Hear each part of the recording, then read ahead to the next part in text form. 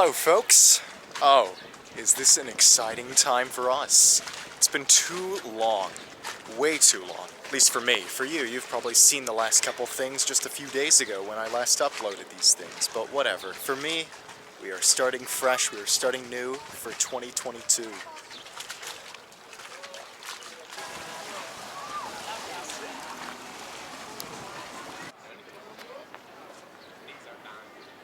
As you might be able to tell, my hair is a bit longer, time has passed and elapsed, and I am very excited to once again, now that the weather is warm, travel with you all and record and share these experiences of cultural, historical, geographical wonder and beauty. So where are we on our first destination? On our first trip of this year? Well, today marks the first day of a very long trip, longer than the Appalachian Adventure, believe it or not. This is gonna be 5 straight weeks of being on the road through the Southeast. No fancy names, I'm just gonna call it the Southeast trip. Just getting used to the idea of filming again. So we're gonna take it easy with a nice, relaxing trip to the coast, or the harbor, or whatever you want to call it. We are in Maryland starting this trip off, and we've been to Maryland a couple times, but we have not been to its capital city. And by the looks of it, would you believe it's a city? Looks more like a nice tourist area. Behind us is this cruise ship of sorts going along this bay. You wouldn't think that here in the capital city it would be nice and quaint like this, but it is. Annapolis is Maryland's capital city. With a population of a little more than 40,000 people, it's not really a big city, it's more of a nice tourist destination. And believe me, you will be able to tell this is a place that tourists frequent very often, especially when the weather's nice. Now here on the docks of the city of Annapolis, you will very commonly find boats, ships, whatever, right on this bay. And this little bay area leads into the Chesapeake Bay, a much larger water basin, which will eventually lead into the Atlantic Ocean. In Annapolis, there is way more to do than just sit here looking at this pristine. That frightened me a little. I'm not gonna lie. I guess that tour is starting. You know, here on the Coverage Project, we don't too often go on tours. I try to avoid that type of thing. You're stuck, you can't do anything. Why not be free and walk around on your own and discover things at your own pace?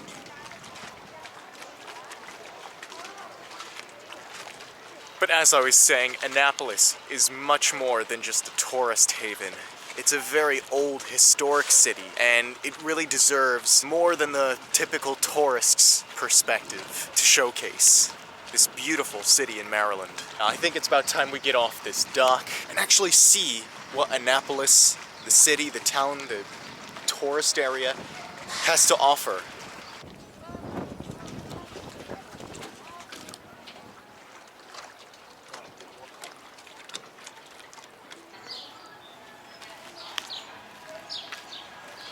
Before I go any further into the actual downtown area of Annapolis, one thing you'll notice on your visit to here is that basically half the city is barricaded off, and that's because the U.S. Naval Academy has its home right here in Annapolis. You'll notice that throughout much of the city, you see fencing or walls dividing one part of the peninsular area that Annapolis is on between the Academy and the rest of Annapolis.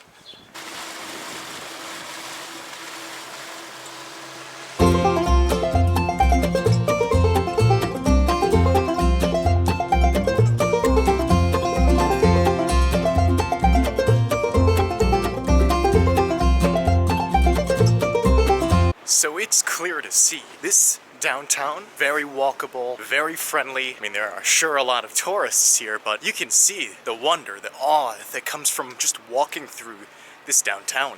It's a very historic downtown. Just walking down this street of residential buildings, you can see it's so colorful. I mean, there's still that charm of old brick buildings, old colonial style buildings, wherever you go in this small little city.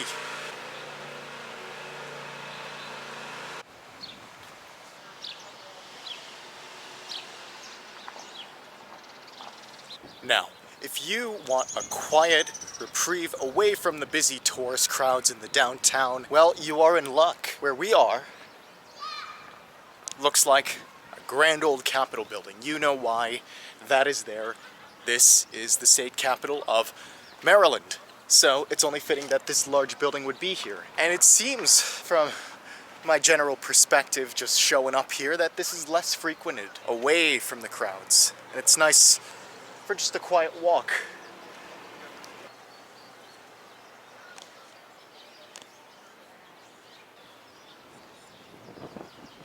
All right, do we like what we see up here? This Maryland State House. Now, if you don't like the design, fair enough. It's a very old design. It reflects the time in which it was built. And this, most significantly, is the oldest State House, state capitol building still in activity. Right here in Annapolis, Maryland, stands one of those lesser known but very, very important historical buildings. This was not only Maryland's state capitol building, this was also once, for a good year, the Capitol building of the United States. Yes, you heard me correctly. This building once housed all those founding fathers who were trying to build this nation. This is that same house where George Washington, future president, said, you know what, I'm done. We won the war. You guys can have a turn at running this whole thing, the United States. That's right. This is the State House, or back when it was the National Capitol, where the formal end of the American Revolutionary War was signed into place. This is what birthed the nation into a victorious state. Oh yeah, that's right. That's what it was called. Treaty of Paris. That was the agreement that was signed right here in this state house to declare America an independent, sovereign state. Oh yeah, we should have arrived at this Maryland State House from this entrance. I mean, it looks so much more clear and visible than the other side. But oh well, we get both views. This is what it looks like. An old colonial style building fit for the state of Maryland. Now yes, this is the state capital of Maryland, but all in all, the whole state of Maryland takes such immense pride in their flag. You'll see it in every town, sometimes every neighborhood of each town. It's just one of those flags where Marylanders, from one side of the state to the other, they have a lot of respect for this thing. Yeah, I mean, normally people from most states don't really care too much about their state flag. Mostly it's about the American flag that you'll see everywhere here in the United States. But in certain states, Maryland being one of them, you'll see the Maryland flag being flown just as much as the American flag. It's a weird anomaly of sorts.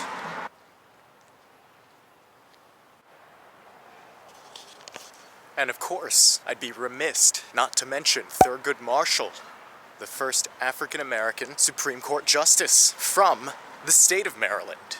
Now, I was originally debating on whether to include Maryland in this Southeast tour. I personally think of it as a mid-Atlantic state, but historically, it was more so a southern state. The only reason people think of it as a mid-Atlantic state is because it was one of those few border states in the Civil War that did not join the Confederacy. Annapolis was actually one of America's biggest slave trading ports, unfortunately. So to see someone who is from Maryland, not too far from Annapolis actually, make their way up to being the Supreme Court Justice and have their legacy right here at the Maryland State House complex, it's touching to see the progress that we have made in this country. Let's see if we can actually make it inside the State House. We've had mixed luck with entering Capitol buildings. Let's see if Maryland's any different.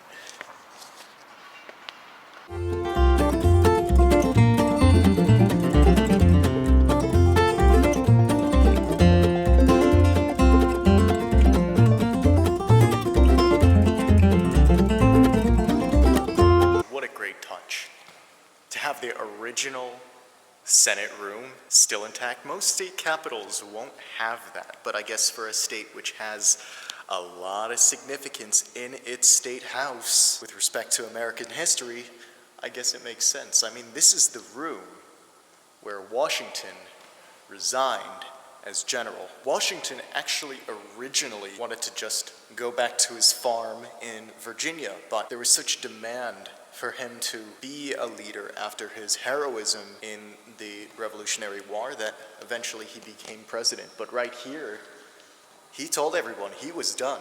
This was unheard of in history for a victorious general to just say, you know what, I've had my fair share of power. I'm gonna hop out. You guys take charge. But Washington did it, and he officially made it clear that he wanted no more as a military general. He just wanted to be a private citizen. All right, have a good one.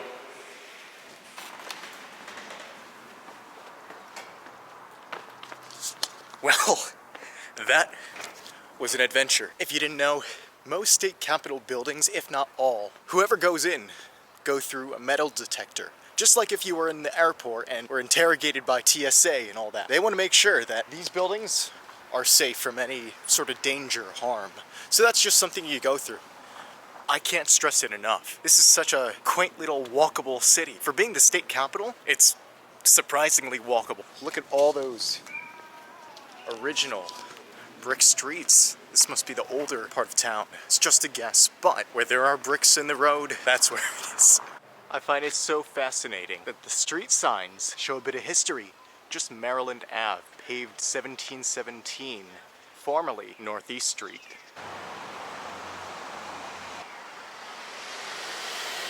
Our journey here in Annapolis, Maryland is almost complete. But there is one more thing I have to do here. I've been to Maryland a couple times before, but I'm actually surprised I never got the chance to do this. And I'll give you a bit of a hint. We are right by the Chesapeake Bay, an area full, teeming of sea life. That combined with my appetite increasing a little bit.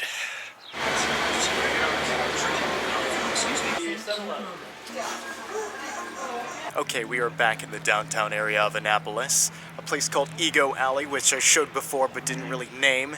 This is where all the ships and boats sort of dock, and it's a nice pleasant sight to see boats go by and whatever else happens. There's some ducks. So I was trying to locate the crab cake. You know, it's a Maryland staple with these Chesapeake Bay waters. They're going to be abundant and all over the area, the Chesapeake Bay area. Shops in these various towns are going to sell crab cakes and other seafood. So I tried to get stuff and I walked around for 20-30 minutes, but ultimately I couldn't find anything, at least anything that was cheap enough for my budget. They were all in the range of $25 to $30, and it was just a little bit outrageous. But whatever, I came up with a little consolation thing. What I have here is Old Bay seasoning.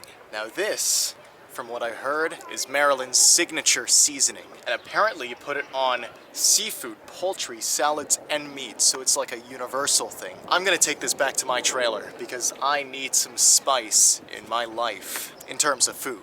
That does it for Annapolis, a beautiful, quaint little old capital city. This is only the very beginning of a very, very long trip. We're gonna cover many different states across the South.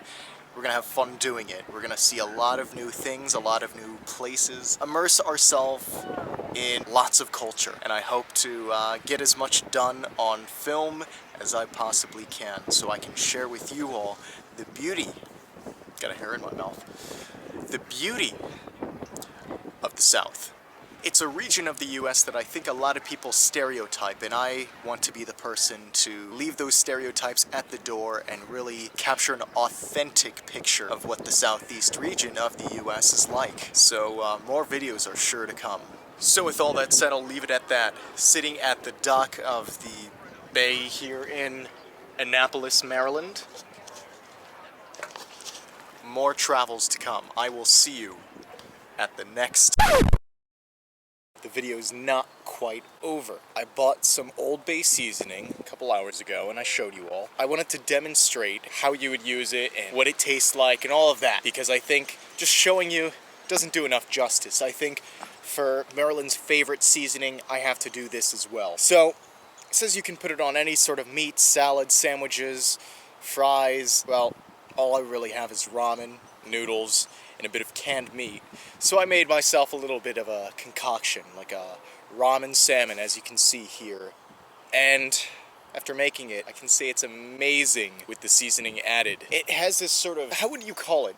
Like a seafood taste. I guess that's why they put it mainly in seafood, like crabs and shrimp and stuff. Old Bay, I would definitely recommend. If you're in Maryland, just, wanting to get something, a quick fix, and you don't want to pay $20, $30 for something, I would suggest just buy this and you feel like you're enjoying some quality Maryland food with this Old Bay seasoning. But yeah, I'm not in Annapolis anymore. I'm still in Maryland, so I feel like it's fitting that I close this out here. Last year, we've reached a total of 100 locations, and hopefully over this next year, I don't know if we'll get 100 locations more, but we'll definitely get a lot of locations more, and we'll be able to go into new regions this year. I'm very, very excited for what has been planned for 2022. So I guess I'll sign off here from the Coverage Project, enjoying some ramen and salmon infused with a little classic Old Bay seasoning. More travels to come. I will see you at the next location.